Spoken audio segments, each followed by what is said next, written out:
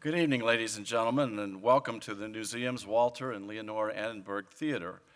I'm Jim Duff, CEO of the Newseum, and I will serve as moderator tonight for what we think will be a very fascinating conversation with three of the country's best real moderators and political journalists, Candy Crowley, Gwen Ifill, and Judy Woodruff.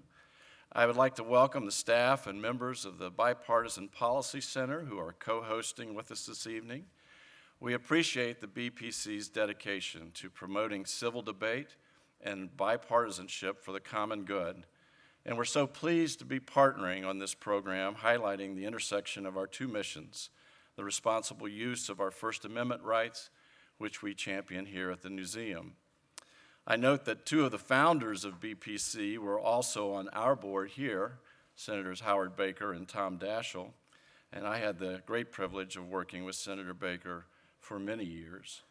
And on a personal note, I would like to thank our mutual good friend David Hayes for introducing Jason Grumet of BPC and me, which has led to a series of programs and joint efforts of our organizations.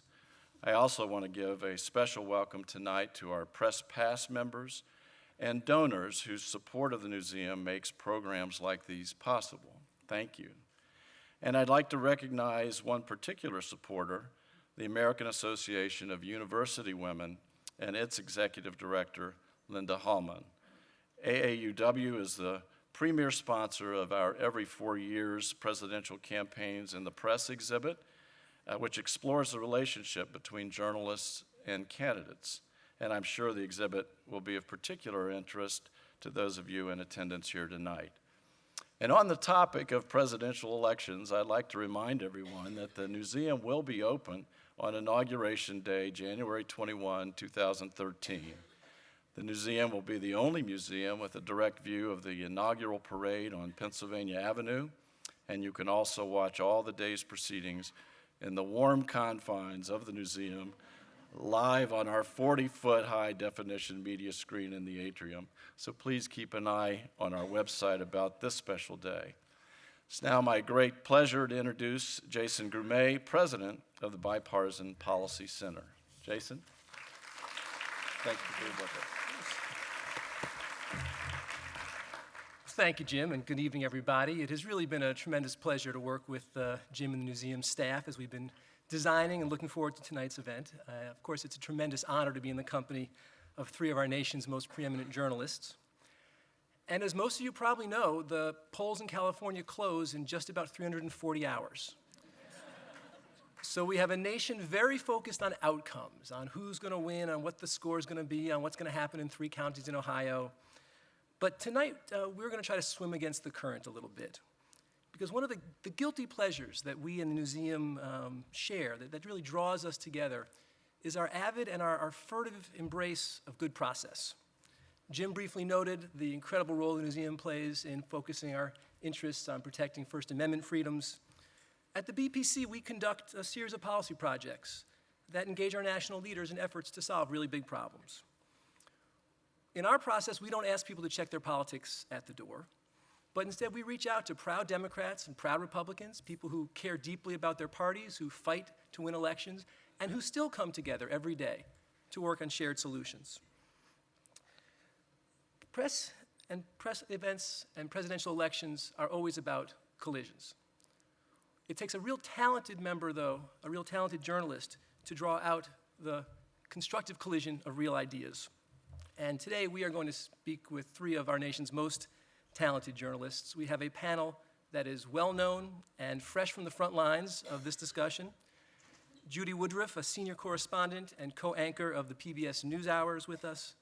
Gwen Ifill, her partner in crime, moderator and managing editor of PBS Washington Week, and Candy Crowley, chief political correspondent and anchor of CNN's State of the Union.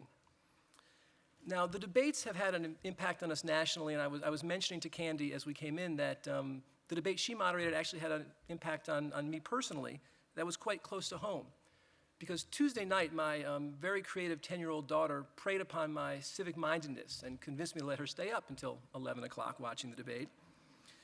And Wednesday morning, at the cacophony that we affectionately call breakfast, she raised her hand, silenced my 4-year-old son, told him his time had run out, and then graciously allowed my 6-year-old daughter to proceed uninhibited. So it was the 2 most peaceful sips of coffee I can remember in the last decade, and I owe that very much to Candy Crowley. So ladies and gentlemen, without further ado, please welcome back our moderator, Jim Duff, and our incredible panelists, Candy Crowley, Gwen Ifill, and Judy Woodruff.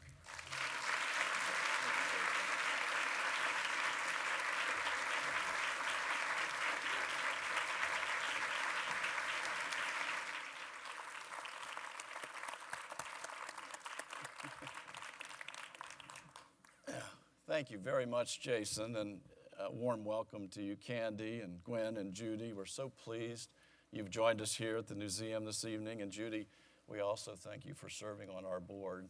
We're delighted to have Oh, your that's how it happened. Yeah. That's why they invited me, so. full disclosure. I'd like to ask each of you a series of questions about the presidential debates we've just been through and conventions in general and your most recent experiences. And because we knew Gwen and Judy were coming directly over here from their programs this evening, we weren't sure you'd make it through the traffic on time, so we've teed it up to start off with one of the clips from Candy, your recent experience at the second presidential debate. And what you moderated. In other words, there was no coin toss to determine who goes first. We could have done it alphabetically and come up with the same order. But let's take a look at a couple of clips from the second presidential debate between President Obama and Governor Romney just like last week at Hofstra University. And I think the clips demonstrate just how contentious a debate it was. Can we roll the clips, please?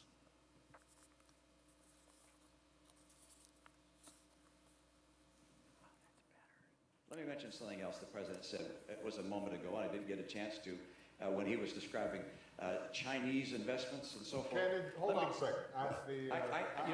Mr. President, I'm still speaking. I'm sorry. Mr. President, what's the finish? I'm going to Well, let's continue. finish, I'm going to Governor continue. Romney. The Governor Romney, president if you made. can make it short. See all these people? They've been waiting for you. Could you Just make going to it make a short? point. Any investments I have over the last 8 years have been managed by a blind trust.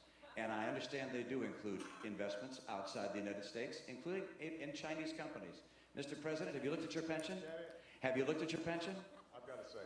Mr. President, have you looked at your pension? You know, I don't look at my pension. It's not as big as yours, so it doesn't Well, take. let me give you some I don't advice. check it that often. Let me give you some advice. Look at your pension. You also have investments in Chinese companies. You also have investments outside the United States. You also have investments through a Cayman's trust. We're Okay, sort all of right. way So- off so, topic Mr. here, President, Governor We're Romney. a little We off are topic here. completely Come on. off the I thought we were immigration. talking about immigration. And we were. I came so after we what were- you Like, We hear it. Sit down, Governor Romney. Thank you. I think it's interesting the president just said something which is that on the day after the attack, he went in the Rose Garden and said that this was an act of terror. You said in the Rose Garden, the day after the attack, it was an act of terror. It was not a spontaneous proceed. demonstration. Is that what you're saying? Please proceed, Governor. I want to make sure we get that for the record, because it took the president 14 days before he called the attack in Benghazi an act of terror. Get the transcript. He did, in fact, sir. So let me call it an act of Can you terror. say that a little louder, Candy? He did call it an act of terror. It did as well take 2 weeks or so for the whole idea of there being a riot out there about this tape to come out. You're correct about that. The administration indicated that this was a reaction to a video and was a spontaneous reaction. They did. It took them a long time to say this was a terrorist act by a terrorist group. And to suggest, am I incorrect in that regard? On Sunday, your secretary, the ambassador of the United Nations went on the Sunday television shows and spoke about how this was a spontaneous I'm reaction. happy to have a longer conversation about foreign policy. Absolutely, but I want to move you on, and Okay, also I'm people happy to do can that go too. to the transcripts I just and want to make sure that figure all out what these was said wonderful and folks when. are going to have a chance to get some of their questions answered. We have seen, as you both have commented on it frequently, that this felt like very much like a base convention, playing to the constituencies that are already Democratic, not to the middle or the independents. Let's hold that clip till the end, please. Thank you. We're going to come back to the convention coverage with Gwen and Judy, but let's go first to Candy's experience. And I've seen this clip now several times, and it's very interesting hearing it and not watching it. And you just recognize just how really contentious it is, and you can really feel the tension. What was it like from your perspective, Candy? A couple of things. Actually, it was a blast. I mean, I had a great time. I know that makes me peculiar, but it was fun. I mean, the lead up to it, and Gwen can tell you this, having done as many debates as she has done, that the tension leading up to it is so awful. I mean, I felt like I was pregnant for 6 weeks because every morning I woke up and I was nauseous, thinking, oh, what if they do this, what if they do that, and what if Code Pink gets in there and starts screaming in the middle of the debate? And so, like, anything that, could go wrong had already gone wrong in my head. And once I got out there, I thought, oh, wow. I had the same experience. Yeah, this is You're there, cool. I know how to do this. Yeah, Yeah. exactly. And so once I was there, it's funny watching it because I was conscious of these 82 people sitting here who had been there, by the way, since 8 in the morning, and wanting to get as many of their questions in. I was conscious of wanting to let them go at it when they were going at it. So I didn't, you're going to go over time, all those things are going to happen. But you also think, okay, we've now heard this 6 times. So could we move this on? Or we're now wrapped around this or that axle. Can we move it on? So this was so instinctual, I think, you can't go into a debate thinking I'm going to be, it really is like parenthood in some ways because you think, I will never, ever do that. Oh, I saw that moderator do that. I'm not going to do it. And then you end up doing it. Because it's, so there's lots of parallels there. And it's such an organic kind of thing and you're reacting in the moment rather than through any sort of formula that people might set out for you. Could you tell from the outset it was going to be so contentious, or did it escalate? We knew it. Well, I said, when you have 2 men standing on a stage, and honestly, they just were so territorial. So that all started, and then when you realize that their first full-on argument was about whether we were drilling on public lands. And I was going, really? We're having this? I mean, it was so heated, and I thought, wow. And the subject was gas prices, but okay. So, we knew going into it, as I'm sure you all commentated on, the president could not have another debate where it looked like he didn't want to be there. And so we knew he would come loaded for bear, but we all made the mistake of thinking, I made the mistake. You guys were probably smarter about this, but I thought, oh, there's all these nice people there. They're not going to argue in front of them. They're gonna have to tone it down a little bit. Right. No, they didn't. They were not. And then it occurred to me afterwards when I was trying to figure out why so many of us thought that they'd be nice. I mean, that they wouldn't be overheated. And I think that we mistook this as a debate for undecided voters, and it wasn't. It was for their bases. And so the undecided voters were the audience, and that's where the questions came from, but they were playing to their bases, and that's why it was so heated. I have to say, Jim, I know it's not our turn yet, but you can see, listening to Candy and looking at Gwen, who moderated the last 2 vice presidential debates, they're looking for people who are not going to be intimidated by these candidates and can deal with a situation, whether the candidates are very nice or they're the opposite of very nice. Right. And so you've got to have the skill set that a Candy and a Gwen and the other folks they've chosen in order to deal with the uncertainty and the unpredictability of it. I think that's a compliment, but it might also. Never mind. It's a compliment. Okay. Were you ever tempted, Candy, to come from behind that podium and separate them? No, because I think you learn a lot when I thought it was fascinating. And also it was less hot on the stage than it appeared on TV. The TV heats things up, and they look much closer together and more. I got the feeling that here are 2 men, time was running out, they were looking at dead heat polls, and they certainly were territorial, and they didn't want to give up a second, and they didn't want to give an inch of argument, but I didn't get the hatred that everybody thought they saw. I did not pick up that vibe. I have to admit that last question came from my background watching big-time wrestling when I was a child. You received a lot of attention on the Libya question. In hindsight, would you have handled it any differently than the way you did? No, I still would have done that. I think looking at it, because what what you don't see is, so I saw them beginning to get wrapped around this axle of what words were said in the Rose Garden the next day, where the larger point that Romney was going to was, we still don't know what the heck happened in this, Benghazi thing, and you all took 2 weeks and thought it was the tape and the this. So while this is going on, they're going, read the transcript and do that. And I'm thinking, oh my Lord, we're going to sit here for 10 minutes going, yes, you did, no, you didn't, yes, you did. So I was actually trying to move them on, to say, yes, he did. But the larger point here is this and that and the other thing. And so, but they were both, and again, I respect both these men. They're both super smart, and they both have a tough job.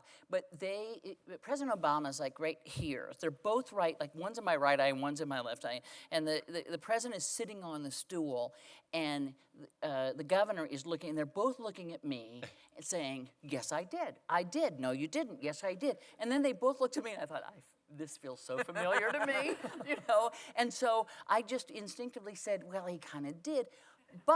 And turned to or yes, he did, or whatever I said, and then turned to Ronnie and said, but the larger point, I wish I had been, that was shorthand. But So I wish a lot I'd of been- people have asked me about what you did and whether I thought it was appropriate for you to do it as if it matters what I think. But aside from you're being my friend and I would defend you anyway, I defended you because the secret is not that you interjected, it's that you had it right when you interjected.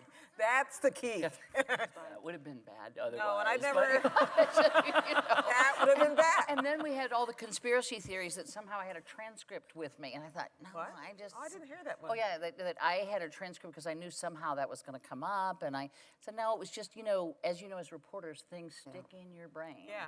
And you don't know where they come Well, from. they only do if you've done the work, which is why you're right. Stick in the mind of good reporters. So, so I wouldn't, I wish I'd been just a tiny bit more articulate in the second when I was saying to Romney, but you are right that.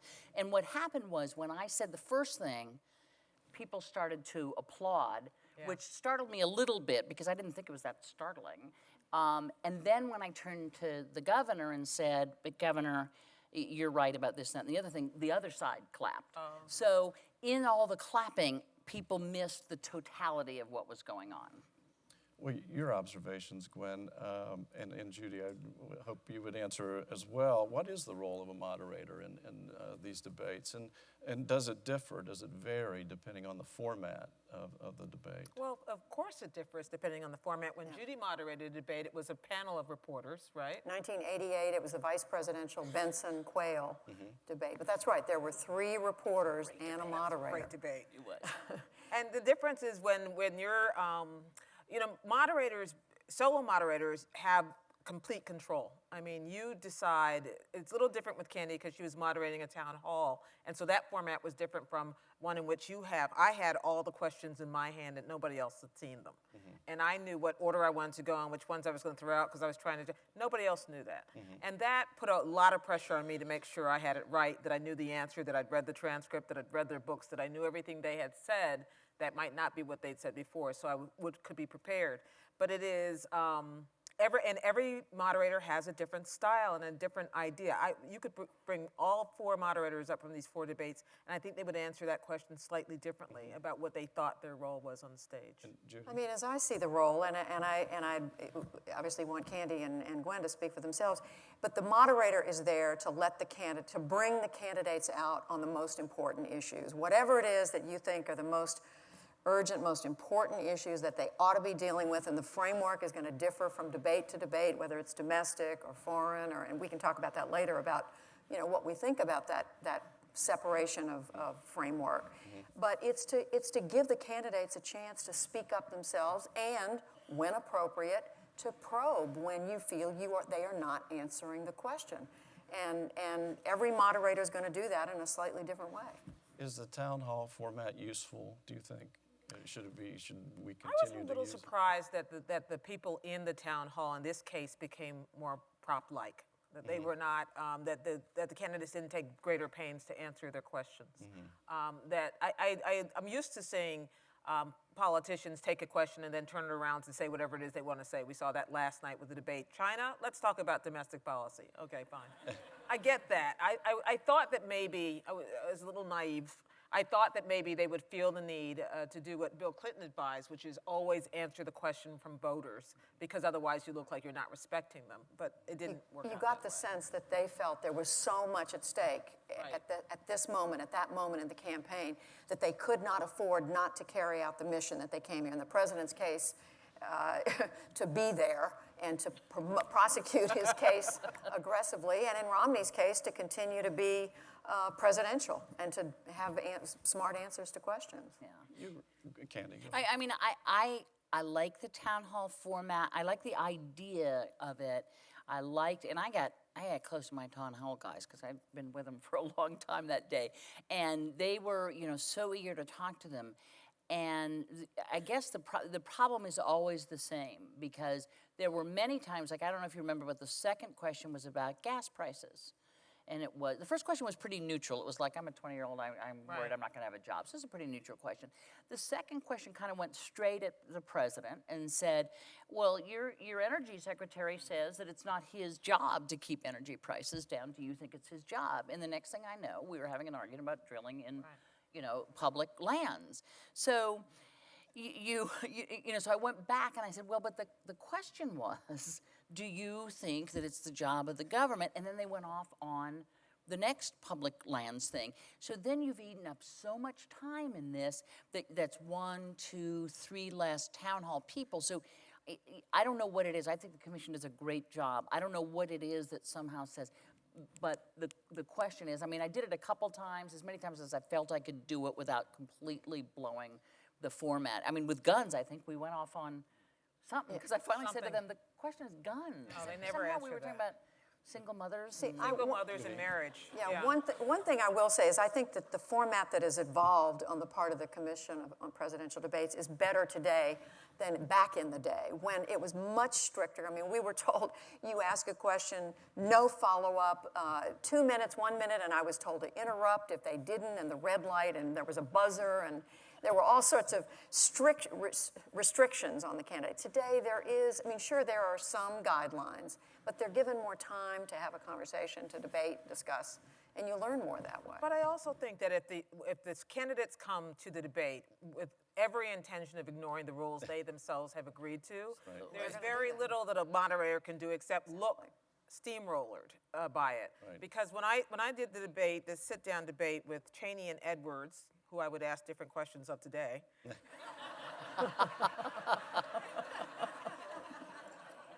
There was a light. They could see the lights. They knew when they were over time. And I remember on one occasion, I got flack because Vice President Cheney said, well, I don't know if I can answer that in 30 seconds, Gwen. And I said, well, that's all you got. While apparently in bars across America, people began applauding, even though I was just thinking, okay, we've got to stay to the time. I was just trying to think what the rules were. Who sets the rules? The And the commission. And do you- the candidates I'm sorry. agree. The candidates. They can, and do moderators have any input into the rules ahead of time, or I guess you're not even didn't. selected ahead of They time? give you something that they ask you to sign and you don't. Yeah. I didn't even get that, actually. No? Yeah. Good, it's changed. So you're not bound by the rules that they set, or do they?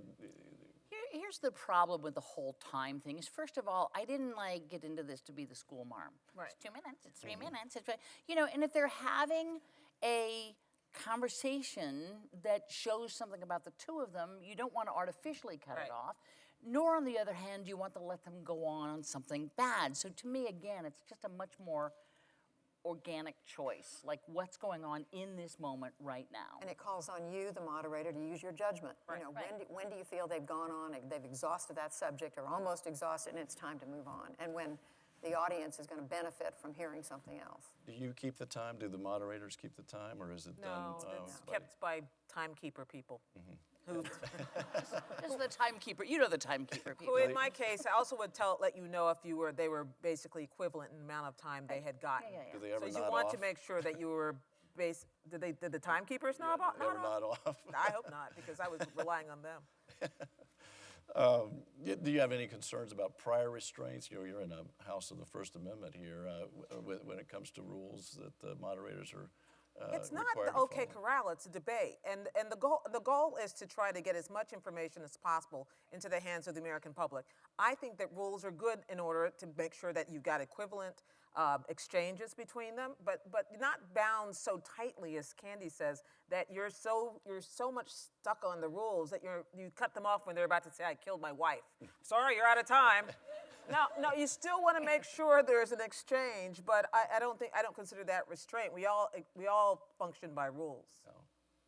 Judy, you raised the point about the structure of the debates on topics. Do you like that format? That one is for foreign affairs, one is for You know, the I think economy? in an ideal situation, you think, well, a president deals a great deal with foreign policy, a president deals a great deal with domestic policy. So I think ideally it makes a lot of sense just to make sure that you're not going to be so heavily weighted one way or another. For example, in the 2004 election, when Iraq was a huge issue, I could see, and Gwen will remember this better than I will, you know, that may have been a time when there would be when the candidates would want to spend a lot more time on foreign policy and less. Right now, most voters say their primary concern is the economy. So I think, you know, maybe there needs to be a little more flexibility on that.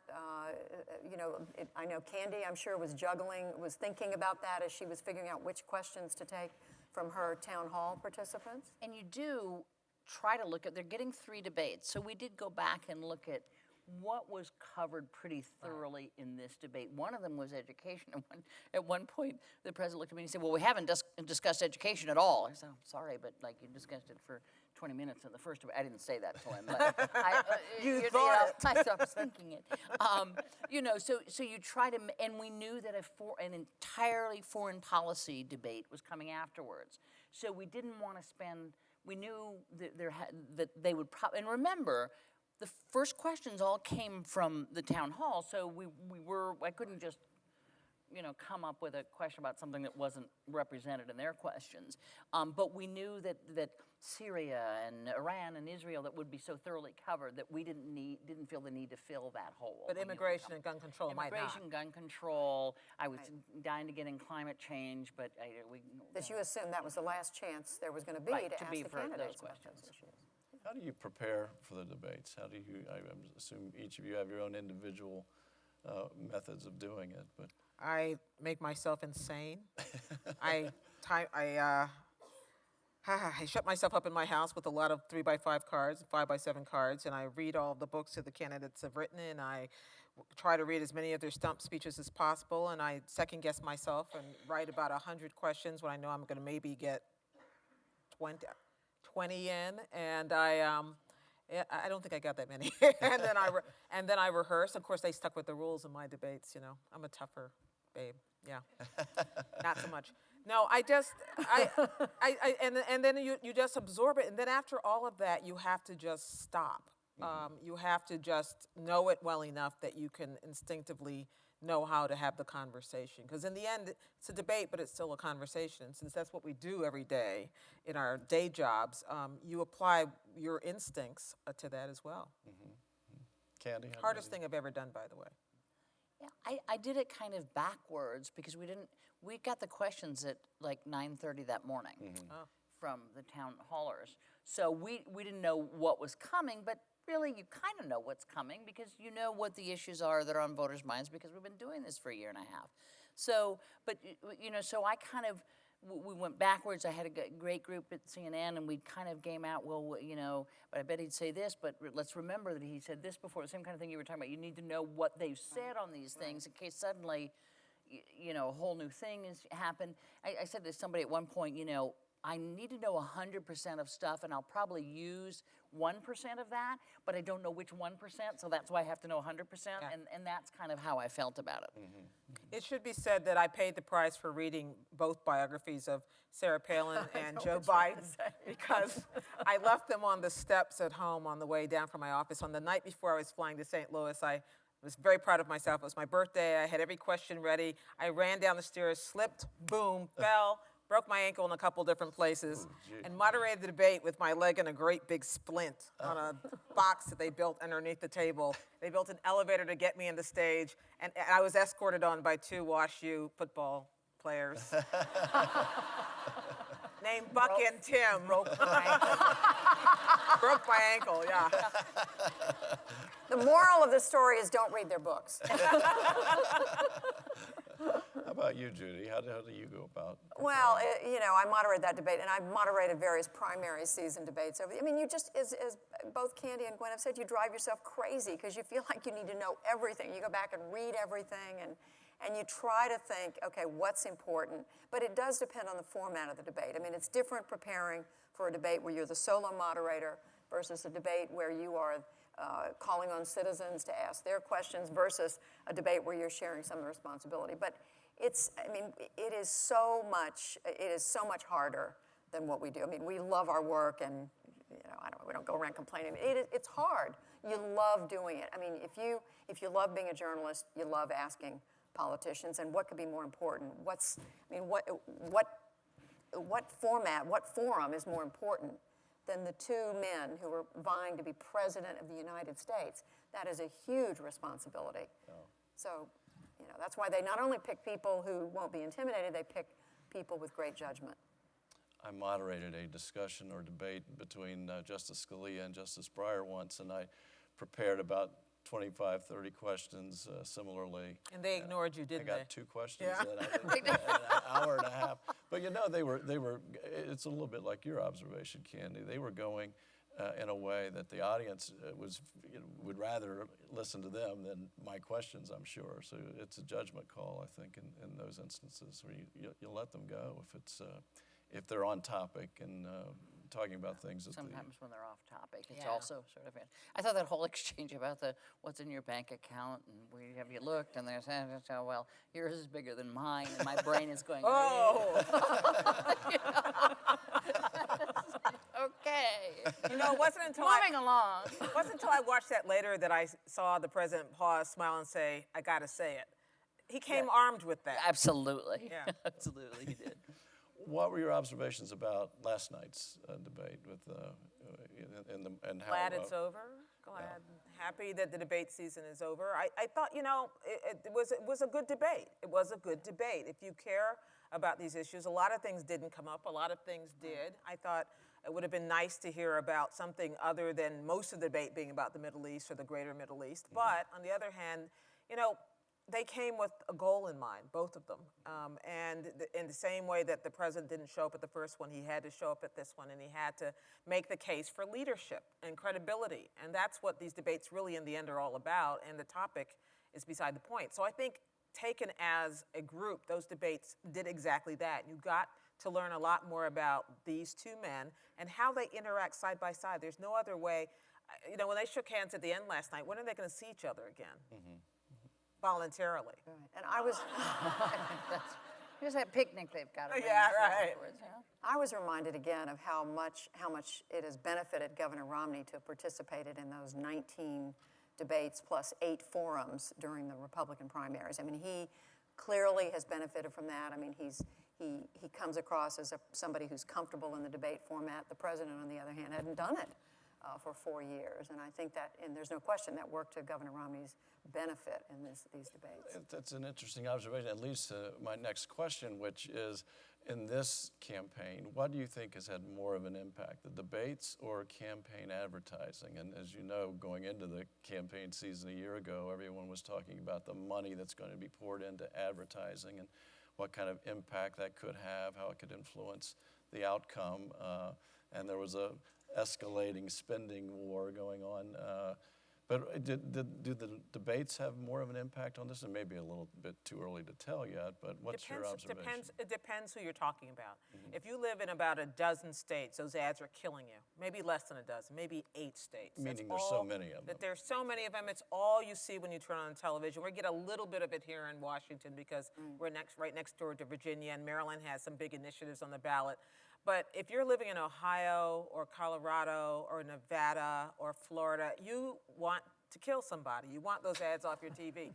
And it's nonstop, and they're back to back to back. So maybe that's influencing you more. But if you're living in the rest of the country, those debates, which were very, very well watched this year, I think will have a much greater effect on you than advertising because you're simply not seeing any advertising. Yeah, isn't there a point of diminishing returns when it comes to advertising? I mean, you get inundated with so much you tune out. Or are they must have studied this somehow, the effectiveness of it, or why would they spend so much money doing it? And, Well, I do think that the Obama, that just flood of advertising that the Obama campaign did, directed at Governor Romney and the whole Bain Capital theme that he that they laid people off, that money was sent overseas, and just the entire sort of attack on his business background. There's no question that did damage to Governor Romney for a period of time. And I think, in a way, it connects to the debate because people were going around saying, oh, well,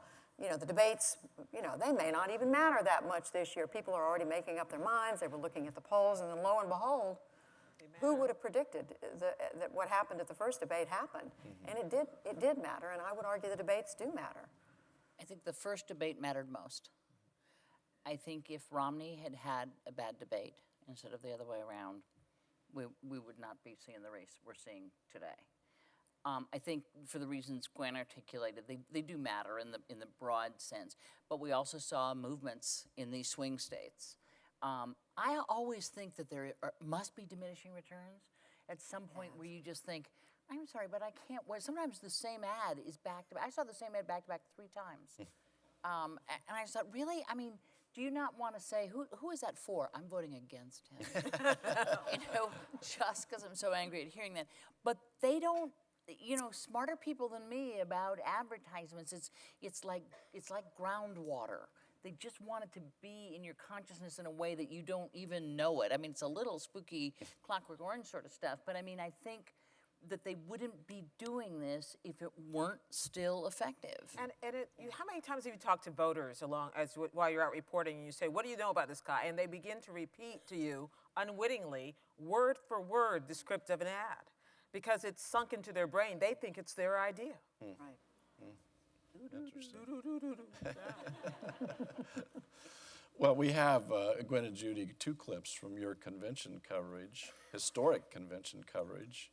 And there's a memorable exchange with one of your regular panelists, Mark Shields, that we're going to show. And we also want to show the audience how you both closed out your coverage of the DNC convention in September. So now let's roll those clips, please.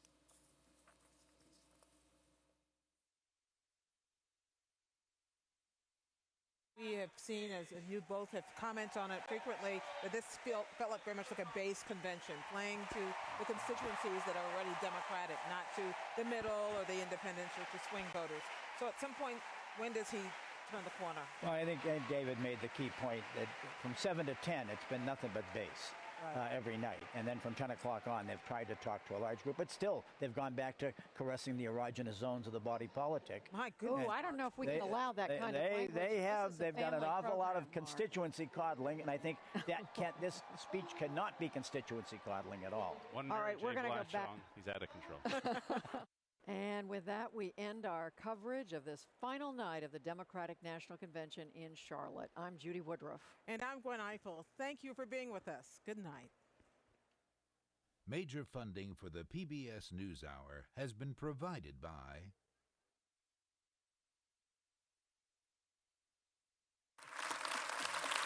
I think we did it after the Republican convention. We did. We were so We did it relieved. after both conventions, just so you know. We just wanted it to be over.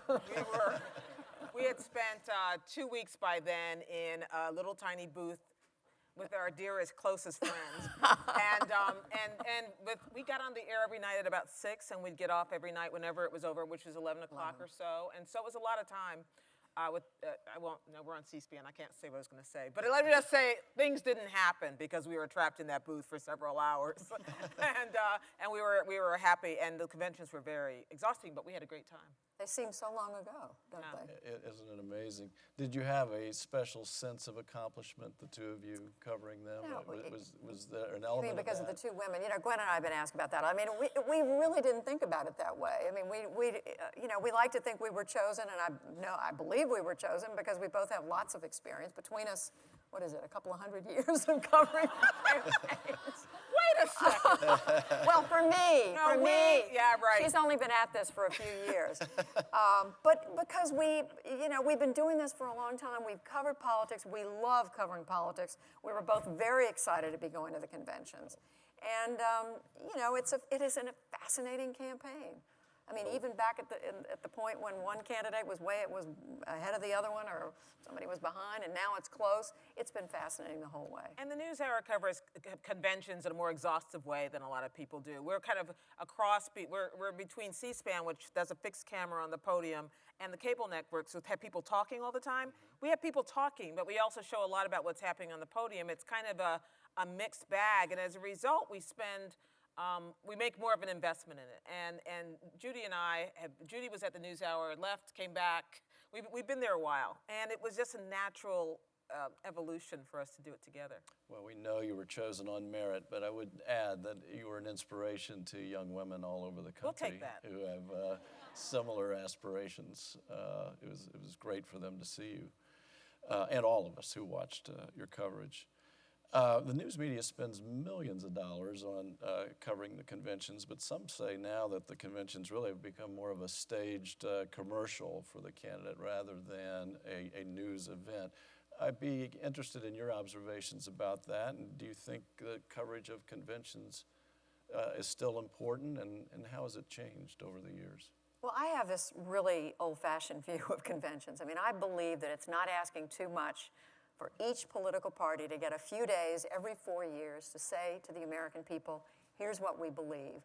And yes, they do it in a much more staged and orchestrated and carefully scripted way than they used to back in the day. The first convention I covered as a local reporter working for a CBS affiliate in Atlanta was the 1972 Democratic Convention in Miami. When I didn't have a credential, I sneaked in on the last night. This was the night George McGovern was speaking at, 3 a.m., accepting the nomination. I was there to cover the Georgia state delegation, which was having its own turmoil over who was going to be seated and who wasn't. So contrast that when it's so unpredictable with today, when everything is by the book and down to the minute. I mean, we are given every day at the convention, whether it's the Republicans or the Democrats, they give you a book that tells you by the minute, practically by the second, how long each speaker is going to speak. So it's a very different And by the way, experience. they never do it. Yeah, and by the way, it doesn't work, but we didn't know Clint Eastwood was going to talk to an That's empty right. We chair. did not know about Clint and the chair. We didn't know that Bill Clinton would be the all-around, first place winner of the best convention speech. And even though it's perfectly orchestrated, but the thing is, you watch let's take the Democratic convention. It was to me fascinating that in the end, that entire convention was about women, as we know, but it was about two states, Ohio and Michigan. I don't know how many times we heard about the auto bailout. I mean, just every speaker, except for somebody who spoke about social issues, mentioned the auto bailout. I think it was the nun who didn't talk about it. Yeah, exactly. I mean, so, but it was just astonishing. And so what they are saying and how they are presenting themselves is a story. You don't have to say, let's open the mic and let them all say whatever they want. I mean, that's why you have people with experience to go, okay, here's why they're doing this. I mean, we long since gave up on the notion that the nomination is taking place at the convention. So what do you want to know about these people who want to be president? Because of the Republican convention, because of the collapsed convention, because they thought a hurricane was coming and didn't come, but meanwhile they lost a day, there were a couple of scheduling changes which actually Governor Romney's still paying for. He had a wonderful video about his life, which told you as much about the Romneys and about him in the most flattering way possible that almost no one saw except on PBS. But nobody saw it who wasn't watching PBS or C-SPAN because it came on the air. Because it came on the air before the networks came on. Okay, CNN too. So here's the problem, though. Here was an opportunity to tell you who he was and to describe him. The night that Ann Romney spoke, that was supposed to be the big night, introducing Ann Romney, his secret weapon. Instead, they ended with Chris Christie, who was mean and kind of bullying, and therefore left a different taste in your mouth than was intended for that evening. So and they spent some time making up for those miscues. Yeah, we don't want to suggest that we just sort of put it out there and say, here's what they're doing. I mean, we're there to look at it and weigh it and compare it and contrast it and analyze I still think you're also going to see 3 days is just plenty. Yeah. They don't need to do. I don't think they're gonna four- go I back don't to think they're 4. going to go back to 4 days. They've each done 3-day conventions for a variety of reasons. The Democrats this time voluntarily just decided we're going to do 3. That's true. The The RNC Republicans was was cut forced by the weather. They were cut and by the weather. I just think it's going to get less and less. One of our favorite interviews in the booth was when Rick Santorum came by, and he decided to basically be really honest about what he thought about Mitt Romney. We're thinking, well, what do you think? He says, oh, he's kind of stiff, When I debated him, and he began just talking like if, and we kept looking at him saying, really? And do you want to stay after this next speech and talk some more? He said, okay, and he just talked. And it was kind of clear that even after all the Republican debates, all the Republican primary encounters, that the people who ran against Mitt Romney were not really fond of him still, even at the convention. And we had John Boehner, Speaker John Boehner, tell us that he may have said this elsewhere, but I know he said it to us. He said, I never read those platforms. He said, they don't make any, this is after the convention, they made a big deal. He said, I don't read them. He said, you could get it all on one page. He said, nobody, in fact, he said, nobody reads the platform. We were like, but we did. What a waste of time. Well, what can we look for in the next 2 weeks between now and Election Day? What do you anticipate? Fasten your seatbelts. Yeah, fasten your seatbelt. I mean, I think you've seen some of the silly rhetoric that we're going to get for the next 2 weeks. But more than that, what you're not seeing is what's going on. And that is those get out the vote efforts. And those are the most intense things. And also, they're doing things in both these campaigns that I don't understand that have to do with, they've got these, 14-year-olds that can talk to the entire world with a tweet, and they've got this way of having them all talk to their friends in their social network. And so there's a lot of stuff going out there that is just not obvious to the camera's eye at this point. And that's where this election is right now. This is about, to me, this has always been a base election. That this is not, that it's always has come down to this. Whose base is more excited? Who's going to get their people out? I must say President Obama had a storybook turnout, election team and election system. I don't know if it's still there because those systems are driven by energy and they're driven by passion, and we're not really sure if it's still there. We're not seeing it in the polls yet. So this is about the phone calls, the pickups at the, we'll be by and pick you up at 8, Mrs. So-and-so, bring 4 of your friends. It is down to that. And make sure you bring an ID to the polls. I think one of the interesting things for us is we look at this purely through the veil of how can we cover it? How can we tell the story? And it is really hard to tell a story that's in hiding. So we follow the candidates, and we want to know where they're going to be, and we gauge what they think is important by where they campaign. The Tonight Show, The Daily Show, and a couple states in between, and MTV. President's doing MTV. I didn't know people still watched MTV. Anyway, the point is, we're trying to figure out how do we get to the story that doesn't want to be told. And that's the hard part. We were having a discussion today at the NewsHour. How do you get inside this voter turnout operation? How do you figure out how people are using technology to get to voters? What are we missing? And that's going to be, to me, the thing that there's going to be some sort of crazy thing that comes out of the blue that throws everybody off, and they're going to yell at each other about a couple days. All those distractions will happen. Donald Trump will say something. But what's really happening is going to drive the turnout and to drive the outcome. I really do agree it's the base. It's who's more excited and who's more depressed. And now that the Republicans see a potential that they could actually take this, they're more excited right now. Well, one of the things we can keep on doing, and that all of us, all 3 of us have done it, and to the extent we can, we will do it between now and Election Day, and that's talk to voters. If we can, I am going to be going out the last weekend before the election. To me, that's the point of contact. If you can get voters to talk to you about what they're thinking, and if you talk to enough voters, I guarantee you will get a sense of what's going to happen in this election. Now, granted, it needs to be in an area where there's a variety of views, but you will pick up from the diehard Democrats and diehard Republicans, there's an honesty there, and that will come through. If you go online, you'll see a great story that Judy did aired last night on the NewsHour about voters in Florida along the the vaunted I-Ford Corridor, and she's talking to motorcycle bikers. She's talking to people at Sun City who are standing in long lines in shorts and white sneakers to go see a candidate.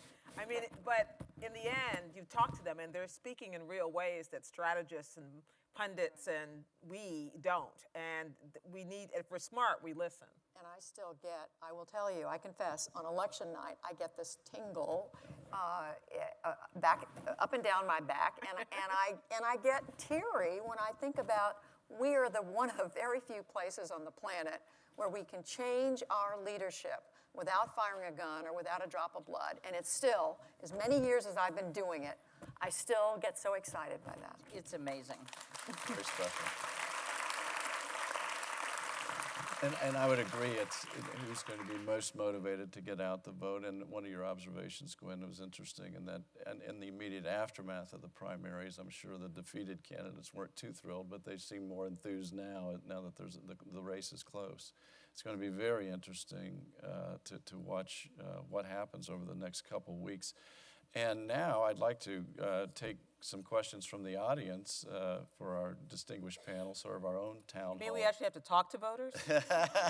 This is our own town hall version of the program. And as those from the audience approach the microphones to ask any questions they might have, I'll ask you all if all three of you have Twitter handles, and has the social media changed or affected the way you cover politics and how politics is covered in general? Well, we decide, I found out ahead of time. I have a Twitter account, and I have on occasion tweeted, but I feel like you're like 140 characters away from being fired most of the time.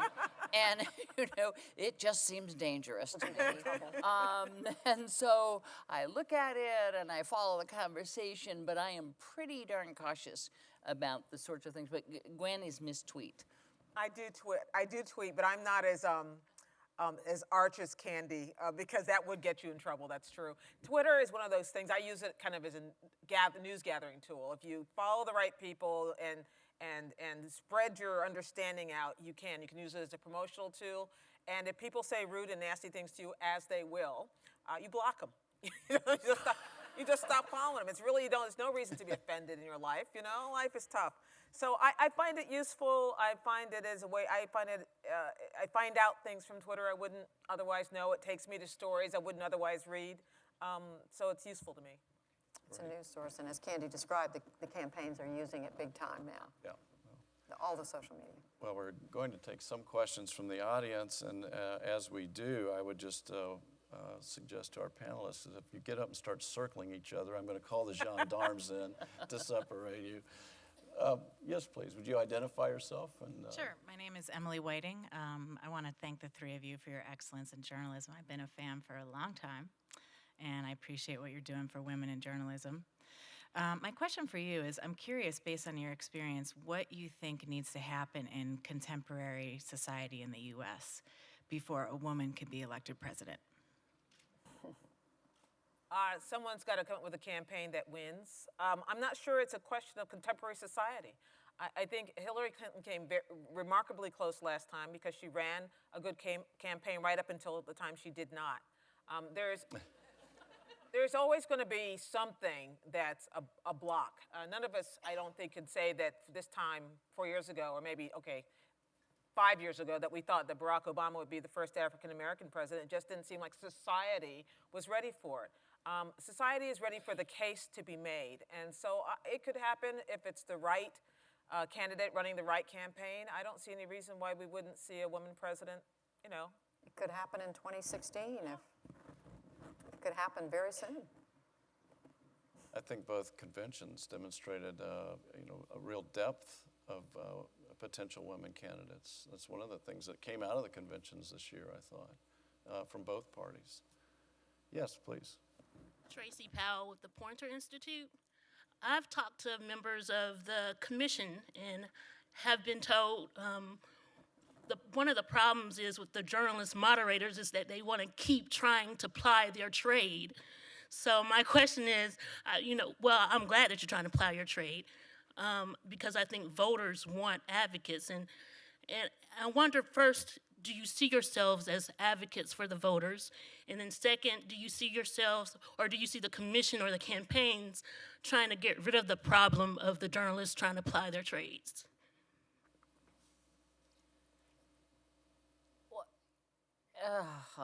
You know, I don't know. You know, I commit acts of journalism every day, and it's sort of a natural to me. So I don't think you knock the journalist out of the. I mean, I think they want journalists.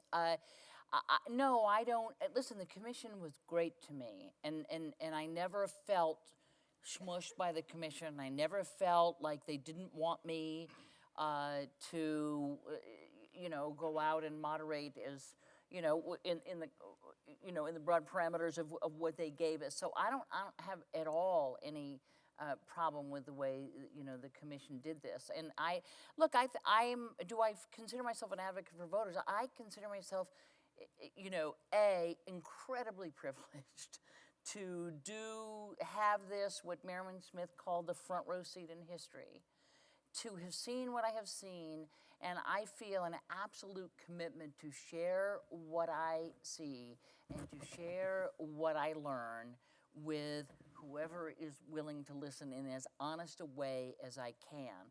Now, applying that to moderator, you know, to me, you just, you know, Bob's a journalist, Jim Lair's a journalist, I'm a journalist, Martha's a journalist. So they had 4 journalists who I think brought themselves to the plate. I don't think we all went there to be something. We went there to be who we were and have a debate. So I didn't feel that they're trying to make journalism. And it's not advocacy per se, but it is doing what we do every day, which is providing clarity, asking questions and hoping for, pressing for answers. It's just a different format for doing that. Yes, sir. Edward Roeder from Washington. This year we've seen the rise of the fact checker and increasing misstatements in both advertising and by the candidates. It seems that that's been on an uptick for a long time. And I wonder, or the thought occurs that this might be because the people in each candidate's camp don't know each other, don't socialize with each other, don't bounce ideas off each other. And so they say things that, had they been hanging out in a bar or at a dinner party with each other, they would have tried out before it went public. Might it be a good idea for a group like the Bipartisan Policy Center and the Newseum to sponsor get-togethers of a social nature between, say, members of the Heritage Foundation and their fan base and the Center for American Progress? I wish a beer could solve it. I think you underestimate how partisan and polarized things are. If you think that socialization, that people wouldn't say things if they just knew each other. I don't. No, I think a lot of the misstatements are out of ignorance. Misunderstandings?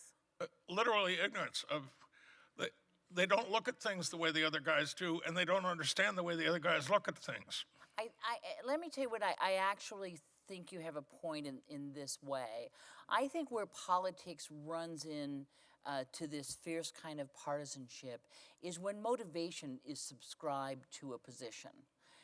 These people feel this way because they hate old people. And that's why they feel that way. These people feel that way because, you know, they're socialists. And so once people begin to describe motivations to one another, that's when the fierce partisanship comes in, like quick Leahy-Lugar story. I did a piece one time with the two of them, Senator Leahy, a liberal Democrat from Vermont, Senator Lugar, the outgoing but conservative senator from Indiana. They came to the Senate roughly the same time, at least in the same decade. They were both junior members on the Agriculture Committee. They met, you know, how it's shaped in a horseshoe when they're in those committees, so they just literally were looking right at each other. And the way they tell the story is that, you know, they'd say, Mr. Chairman, what was that? And the chairman would just shut them up because they were like junior senators and nobody cared, so they kind of bonded over that. They did, you know, lots of agriculture legislation, lots of other different kinds of legislation together over 30 years, I think, of their time together. They have children whose homes back up against each other in the same neighborhood in Virginia. And they would find themselves in this playground in that neighborhood with their grandchildren, and they called it the bipartisan playground. They do not look at each other and think the other one is evil. When you are standing on the sidelines watching your son play soccer on the same team as the other guy's son, you learn to know that he's not evil, that he has a different opinion that you may vociferously disagree with. I don't think it would stop. I think Gwen's perfectly right. They have huge, deep differences that are very hard to just get together over a beer. But the ferocity and the viciousness, I think, that we sometimes see has to do with the fact that they don't hang out with each other anymore. They look at each other as kind of, like evil people who don't, share their same values. And that's a wonderful story, Candy, because it is true. They just don't know each other. When I first came to Washington and covered the Jimmy Carter White House in 1977, my husband had already been living. We'd talk about it today. We used to go out and you would go to a dinner or an event. There would be Republicans and Democrats who would socialize together. They knew each other. Over the years, we've gotten away from that. Members of Congress don't bring their families. They leave them back in the district. Families don't get to know each other, to have experiences like the one Candy described. And so the other party becomes the other. It's people you don't know. And familiarity does bring, I think, the opportunity for people to work together and work on problems. Doesn't mean you're suddenly going to have kumbaya and drop your principles and you're suddenly going to work everything out. But at least you can have a conversation, and the other side isn't evil incarnate. I would just say that that's true when we talk about Congress. When we talk about campaigns, the fact checkers you talk about say this is wrong, and the candidate continues to say it anyway. They know it's wrong. They meant to say it wrong, and they don't really care if you call them on it. They just keep doing it. I think the rise of fact-checking is a wonderful thing, but it puts the onus on the voter and on the consumer of the information to decide if this person is saying something over and over again that you know is not true. What is your judgment about that individual? I guess what I meant by a beer won't solve it is, I don't think they're going to stop making inaccurate statements because they like the other guy. Because the fact is, they're doing it with a forethought. And it's two different things. I mean, we're talking about They are Congress two getting different things. gridlock in Washington, but you're right. On the campaign trail, it's all about messaging, framing the argument. And if that means you're going to exaggerate or embellish or, a lot worse, distort, you're going to keep on doing it if you have to. Has there been an increase in distortions since the rise of fact checkers, or is it always been there and we just know about it? Yeah. We just know about them. Distortions were probably always there, and we just didn't know. Yeah. Yes, ma'am. Hi, Maeve Duggan.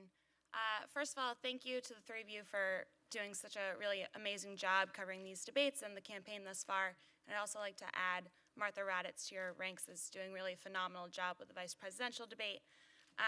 So understanding that first and foremost, the three of you are journalists, I would also like to ask if you felt that your role as a woman, especially in light of women's roles in this campaign in terms of the war on women or Bindersville of women or just the statistical significance of half the country being female, if you, as a woman and as a moderator and as a journalist, thought that that was an important angle or an especially important to shed some light on women's issues during this campaign and especially during the debates.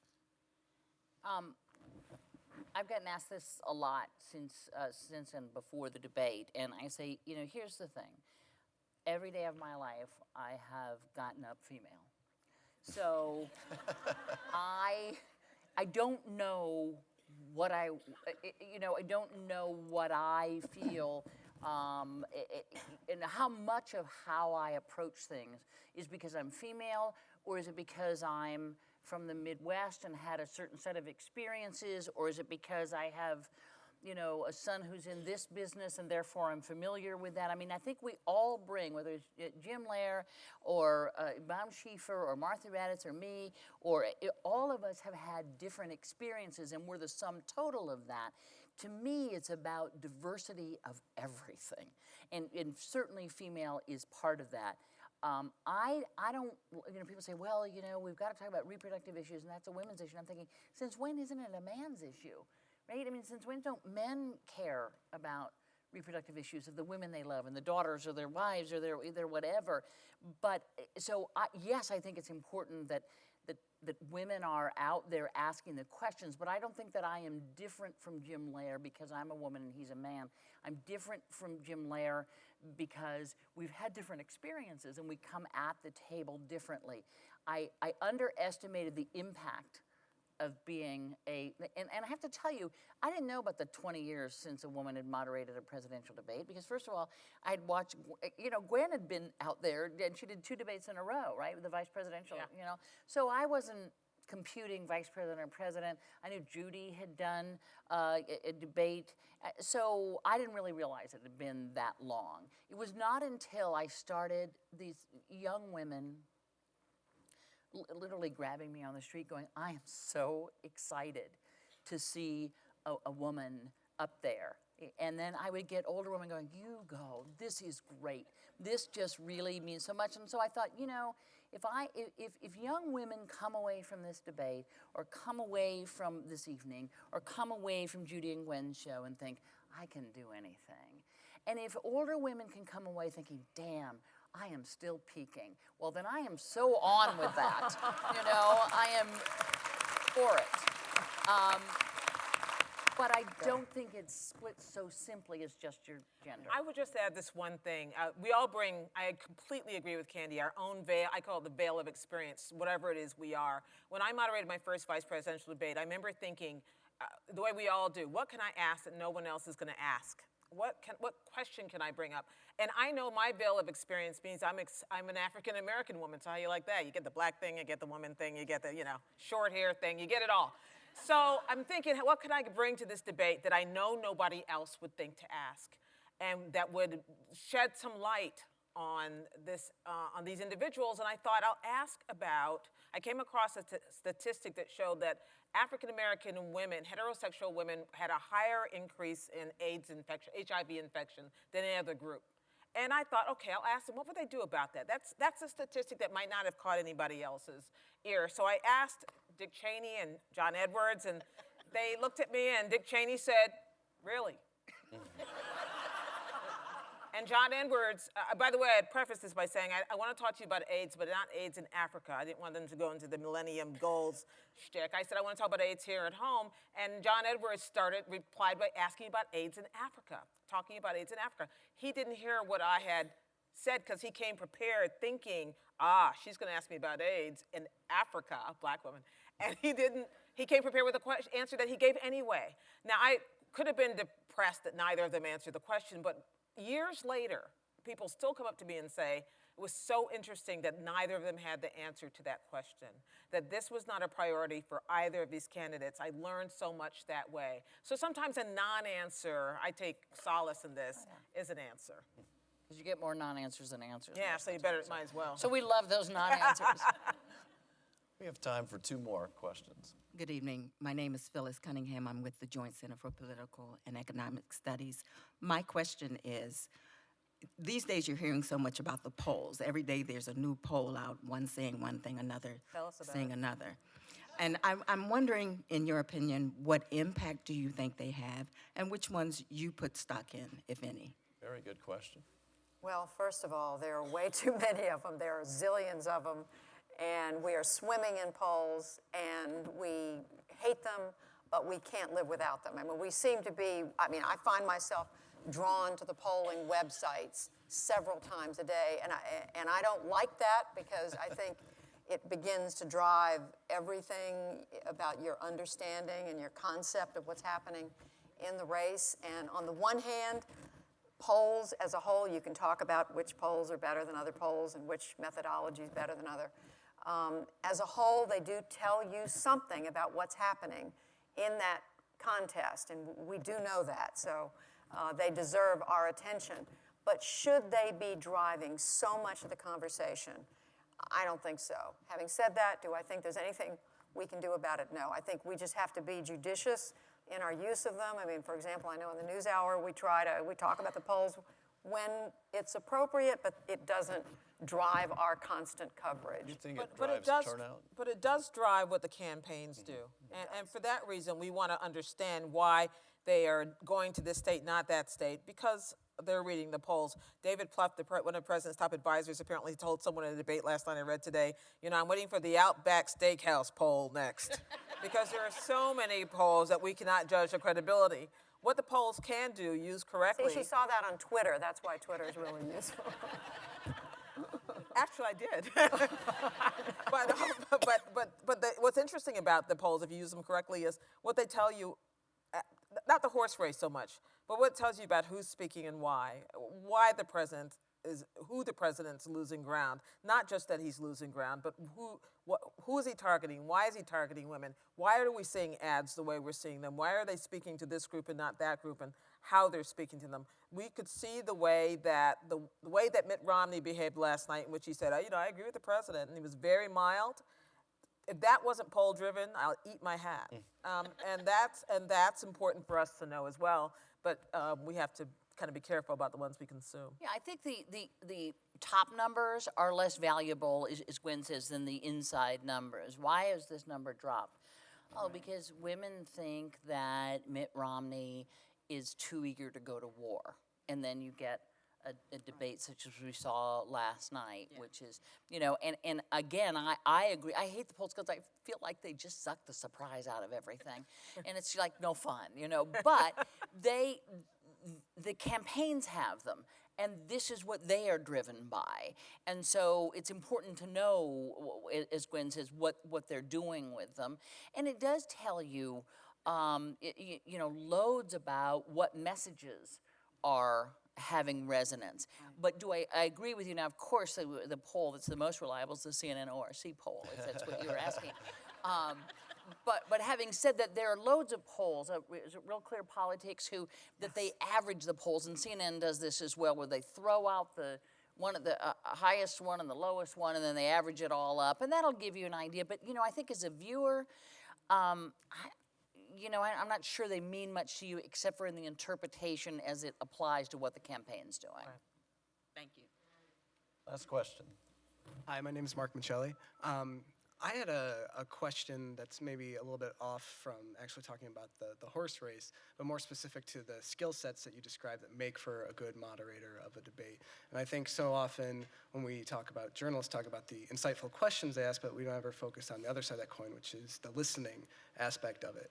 And I'm always amazed at, Candy, your ability to both ask good questions, meanwhile you're listening and responding on the spot and in the moment, as you described before. So I was wondering, for the three of you, as being pros and journalists, what technique or intentionality is there behind your listening when you're both moderating a debate or a forum, a high-stakes forum like that, or just simply interviewing people in your day-to-day job? That's a very smart I mean, question. to me, there's nothing more important. I don't care about time. I don't care about anything. There's nothing more important than listening. And there's people in your ear telling you how many more minutes they have and who's, this when you're interviewing going to somebody next? and who's coming next and when the commercial's coming and when this is there were obviously no commercials in the presidential and vice presidential debates, but so there is a lot going on, and you can be. Sometimes I get really angry because a guy's going, and so, Candy, that's why today I'm going to tell you, and someone's going, okay, when he's finished, would you, and this, someone's talking in your ear, so it's like you're a little crazy. And so and sometimes I will flip it out of my ear, because I'm trying to, listen to what's being said, because if you are not listening to the answer, you're not having a conversation. You're not. I wish I'd known this before we started tonight. Well, it really. I was just going to say, you prize directors, the folks who often give you the They're cue, great, or the I producer who do it briefly. I mean, who can say it, and they know when to come in. They come in right after usually the best time for me is right after you finish the question, before somebody gets You're saying that to their because point. Kathleen is sitting right there. Our producer is sitting there who talks in Our our deputy ear. executive producer for the NewsHour, Kathleen McCleary, is right there. But Kathleen knows how to do that. So. The truth is, the other thing that makes you listen is fear, complete terror. That you're going to miss something. That you're going to miss something. That the guy will just have admitted to killing his wife while you were thinking, how much time is left? And it's true, and that you will, And there's never a worse moment than that sinking feeling that someone just said something and you don't know what it was. You missed the last 3 words and you have to come up with the follow. And sometimes You can't say what? No, sometimes you can tell it's happened. Watch someone go, oh, and they start looking at their papers because all of a sudden you've lost your train of thought. So, but the reason why we all said, what a great question, it's a real special skill which is learned and acquired. You can tell the difference when you watch people do interviews who aren't listening to the answers, who are just plowing ahead and looking at the next thing on the list. And that's not the person you want to be. That's not the interviewer you want to be. It's not the husband or wife you want to be. You want to be able to always be listening and then integrate that into the next part of the question. It's something which I never feel comfortable that I've gotten it down. I think it's a continual learning experience. I'm curious, are you a journalist or do you want to be a journalist? Good. Good for you. We need future journalists who ask smart important for questions. all reporters. What did we just say? Were you listening? Were you listening? I think the other thing and I don't know what you all do, but I rarely will write down my questions. I'll write down a subject matter, like don't forget to ask him about the auto bailout, or don't forget to ask him this. But if you get so wedded to that next question, you're just not paying attention to it. It's a little. I do sometimes think, what if I run out of questions? But then you say, hey, thanks very much. And you say, thanks for stopping by. Take questions from the audience. I ran out of questions 20 minutes ago. Exactly. So, people do it in different ways, but I think an interview is not, here's my 8 questions. An interview is, here's what we want to talk about. Let's have a conversation. Well, thank you all very, very much for being with us this evening. Enjoyed it. Thank you. I really want to thank you for all you're doing to keep our citizens informed and engaged. As Thomas Jefferson said, the best way to preserve our liberties is to have an informed citizenry. And the 3 of you have done a superb job of that throughout your careers. We're just very pleased and honored that you're with us here tonight. Thanks for all you do. Thank you very much. Great fun. Thank you.